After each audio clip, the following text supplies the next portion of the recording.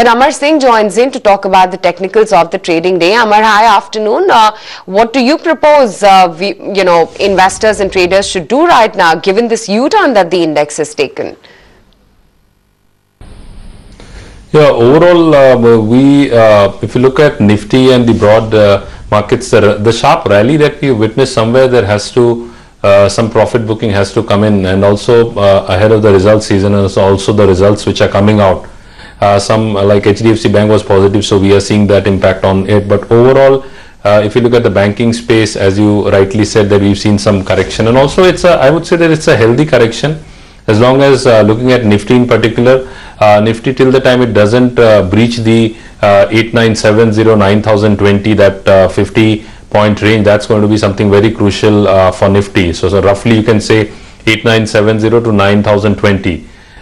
Till the time there's not much concern, because yes, any correction is, I would say, healthy for the markets, because the markets need to pause and breathe, and but overall the long-term trend remains intact. So I would say that there are a couple of things. One is the ahead of the expiry, that's then the sharp run-up which we've seen across most of the stocks, so profit booking is also but natural. But yes, short-term we are seeing some consolidation and some profit booking happening across the board. As far as stocks are concerned, still there is a buying opportunity. So one can look at buying Colgate-Palmolive. Colgate-Palmolive, the last 3 days we've seen it rally by almost 5%, and overall the trend remains positive. So one can look at buying Colgate-Palmolive in the range of 1015, 1020 with a stop loss of 998 and a target of 1059. Because once it trades consistently above 1030, we're likely to see it rally towards 1060, 1065 levels. Okay, good to get in those strategies. Let's also bring on board Mubina and talk about some of the buzzers in trade. And Mubina, while the market has completely given up its gains, there are a few stocks which are still holding out. Well, one of them is Mastech. Remember, yesterday, very close to market hours, actually, the company came out with its numbers. Top line grew by about 43% at 180 crore rupees sequentially. And the EBITDA as well was strong, 21 crore rupees versus 13 crore rupees, leading to a good margin expansion of 200 basis points at 12.1%. And net profit as well grew 30% at 14.5 crore rupees. Now, the management said that they have completed acquisition of the TAIS Tech, which was announced earlier. And currently, the 12-month order backlog is at 333 crore rupees, and they've added 13 odd clients in the fourth quarter. So thumbs up once again for Mastech in trade today. Yeah, Mastech is one stock which is holding out very well. And just wanted to get your views in on what Mastech is looking like on the chart, Amar. After this big breakout that the stock is seeing, almost holding up 10.5%, refusing to go down with the rest of the broader market. Do you sense this could see some more gains to come in the next few days?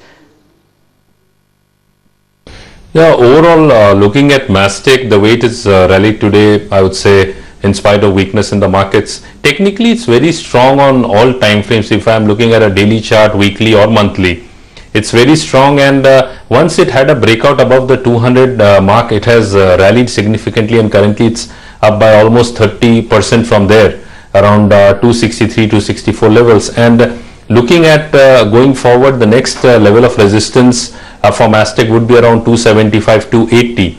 So there is a further likelihood of the stock going higher. But yes, since the stock has rallied by almost 30% over the last, I would say, roughly 8 to 10 trading sessions, so clearly that means that only one should look at buying on some correction towards that level, could be around 245, 250 levels, because now 238, 240 would act as technically as a very strong support for this stock. Okay, makes sense. Mubina, what else is on your radar? Well, the realty space is buzzing today in trade, and HDIL is the stock that's taking the realty pack, forward in trade. In fact, it's the top gainer on the mid-cap index as well. And the company has launched the Nest at Mulund, Mumbai. It's under the affordable housing brand, and about 263 units open for phase 1.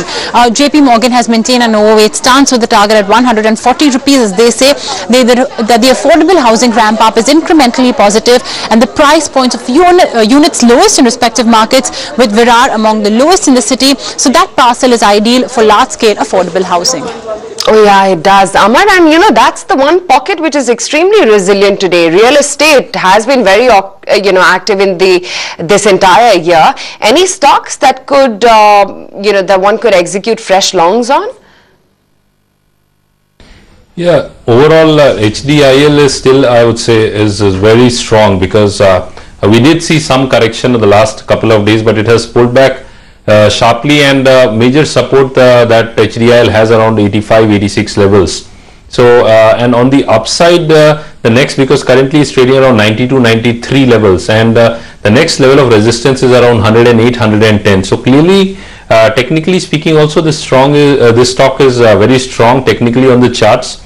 So any pullback towards, I would say 87, 88 levels could be used as a buying opportunity. A stop loss could be below 84. And once it consistently starts trading above 96, 97 levels, then it could see again a 10 to 12% increase in a short span of time.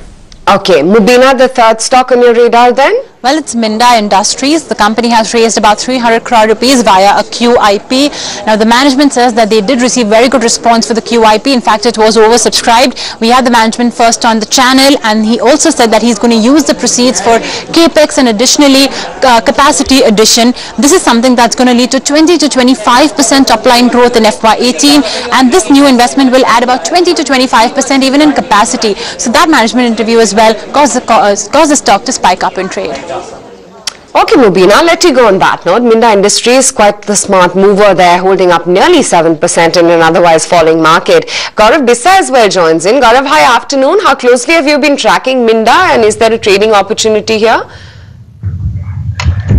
I don't trade it, I don't track it very closely, so I would not be able to comment on it. You don't, that the market has taken all of a sudden. Well, still in the range. We have seen that in the morning the Nifty was quite up 43 points, but overall range for Nifty is 9,050 on the lower and 9,200 on the higher end. So for next 2 or 3 trading sessions, this is going to be the range, and a dip in the market can be utilized. If Nifty first towards 9,050, I think that can be a decent strategy to buy Nifty on those levels. Have a 30-40 point stop loss for targets of 9,200.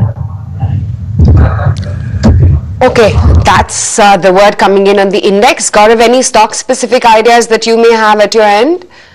Well, yes, the first recommendation would be buy on Kaveri Seeds, KSCL. We have seen good amount of long positions getting better. It's only because of giving a strong breakout. There's a gap on the daily charts. If that fills, it can head towards easily towards levels of 600 and above. One can have a small sort of 550 buy KSCL for targets of 500 to 600 that can be seen in 2 or 3 days. Second would be sell on Adani Power. It has a strong support 30 to 60, 30 to 70. If it trades below these levels, there's a possibility it may head towards 30 in a matter of 2 or 3 days. So with a stop of 33.5, one can sell Adani Power. Okay, gentlemen, just stay with us. Got some important story to address. India's largest institutional investor, that's LIC, has taken a decision to cap its holding in listed companies at 15% now. The move will have a big impact on several stocks wherein LIC has a holding which actually exceeds this 15% limit. Vijay joins in with more details on this. Vijay, only a couple of years ago, LIC armed itself with a provision to breach this 15% cap on a case-to-case basis. Why this sudden change of stance now, and what happens to those companies where LIC's holding is already above 15%, if you could enlist those? We need to put this in the right perspective, Aisha. First, to understand, as you're rightly pointing out, yes, there were instances where LIC breached that 15% cap on a case-to-case basis. We also know this was also primarily to meet a lot of government requirements, particularly the divestment requirements, and that is where LIC had to chip in. But now, strategically, the board has decided that, keeping in mind the best corporate governance practices and also to ensure there is not much risk that comes in, LIC will not be exceeding the 15% cap in individual listed companies as prescribed by the IRDAI. Now, what does this mean? As you rightly saying, there are companies like ITC, L&T, where LIC, because of its legacy investments, has already crossed that 15% mark, and that is where insurance regulator IRDA has now returned asking LIC that yes, a board decision has been taken to ensure that 15% cap is adhered to, but they want LIC to submit a detailed roadmap on what is the time frame, say from medium to long term, that LIC would reduce this stake to 15%, whichever companies it is exceeded, and also the quantity of how they want to reduce this stake, because we all know that say in ITC already the stocks have reacted when this particular news came of LIC capping its investment to 15%. And that is where IRDA wants to ensure no individual stock comes under pressure when LIC starts selling, because we all know the weightage, and that is where although immediately nothing is going to happen, it would be only medium to long term that LIC would bring down in this handful of companies the stake to 15%. But IRDA clearly is coordinating and keeping a close watch to ensure this happens in a very staggered manner, to ensure there is minimal or absolutely no impact on the stock when LIC exits and bring down this stake to 15%. But indeed, yes, a strategic decision and a big decision has been taken by LIC board that they would not be exceeding the 15% cap set by IRDA in any of the listed companies. But is there any timeline, Vijay, as to when LIC would start paring down its stake? Aisha, what I gather is that nothing is going to happen at least for 3 months, because LIC board, although has taken this in principle decision, the board is yet to work out the final details on how they want to do and what is going to be the roadmap, and that is where IRDA has also chipped in. So there is going to be a communication back and forth between insurance regulator and LIC, and only after IRDA is convinced about the roadmap that this process will start. So let's be sure that for next 3 months nothing immediately would happen, but indeed yes, in the coming quarters of FY18, say perhaps some second or third quarter, we could see where LIC, for example, say 0.25% every month they start paring in a listed company. So that sort of formula is being worked between IRDA and LIC management, but for now immediately nothing would happen, because they are yet in the stage of finalizing that roadmap. But IRDA and LIC would take a final call after looking into all aspects and looking at the minutest details before this process starts from LIC. Vijay, it's got some big names in there. I mean, you have the likes of ITC and, you know, a couple of other nifty companies as well, wherein LIC's holding is larger and way larger than 15%. Is there any indication on whether or not the exit, whenever it comes about, is going to be in one go or in a phased manner? That's a very interesting question, Aisha. It's very clear. I did manage to speak to senior officials at the top of IRDA, and they are very convinced that whenever this happens, this would happen only in a staggered manner, and also a staggered manner. That is where I'm using the word repeatedly, like medium term to long term, because they are very clear. Very small proportions would be divested, say every month or in a particular quarter. So in one go, the stakes will not be diluted. That is very clear, and that is where insurance regulator wants to make it very clear that the stocks and the markets will react in a particular manner if LIC starts offloading, and that is where they are ensuring that whatever and whenever it happens, it would be a structured and planned manner it would happen, and it would be in small tranches that LIC would do, perhaps monthly or quarterly basis. That is what they are trying to work out, but it would not happen immediately, and that is where perhaps over a period of say 2 to 3 years we could see in this 4 to 5 companies that the stake come down to 15%. I'm glad that you're clarifying that, Vijay, because, you know, given how large their holding is in some of the nifty names, L&T, ITC, 15.69% stake in L&T, ITC 16.25%, and LIC Housing, where it's such a large holding of 40.3%, you know, exiting immediately and in one tranche is going to definitely bring about, or rather shake the market. So yes, it's going to happen only 3 months from now is what we're understanding, and LIC is going to reduce its stake in all companies wherein their holding is larger than 15%. This is going to be in a very staggered manner. It's going to bring down its stake maybe in a quarterly basis and in very smaller tranches, which is going to go on for a longer process of about almost 2 to 3 years. So that's Vijay Ganeshan Iyer with that big ET Now exclusive. But got some viewer queries as well to address, considering the choppiness which has just crept in the markets. And we've got an email from Khalid Ansari. He writes in from Bangalore, and he's asking, he's bought 622 shares of Tata Sponge at the price level of 75. Wants to know what he should do. His time horizon is about 1 year. Gaurav, what would you advise him with his holding in Tata Sponge? just bought at very, very low levels, wonderful levels, I would say. The stock is in the uptrend, but I would recommend booking some part. So if he's bought 600 shares, at least 200 shares he should book here. One-third quantity he should at least book, and one can hold.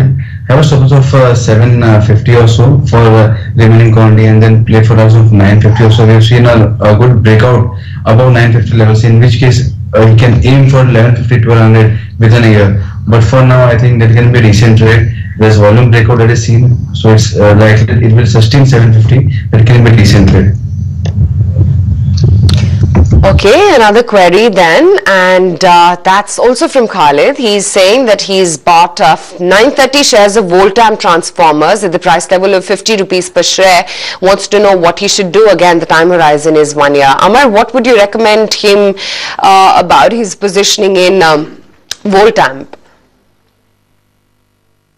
Overall, looking at Voltamp transformers, this stock has rallied in a month's time from almost 930 to 1300 levels, and however liquidity is less in this counter, so overall the stock has rallied significantly. So if he since the long-term trend is positive, so he can hold with a stop loss of 1050, and once the stock starts trading above 1330, then it could rally towards 1450 and 1500 levels. But as I said, this is not a very liquid counter, so he should be cautious on this stock. Okay, gentlemen, thanks so much, Amar and Gaurav, for talking about your trading ideas and of course helping our viewers with their stock queries as well. Quickly bring on board Ashish Kapoor then and talk about some wealth creation strategies, stocks which could be looked at from a longer term time frame, about almost 1 year or in excess of that. And Ashish, the first stock that you like is Godrej Properties. Tell us, why is that a prudent buy at the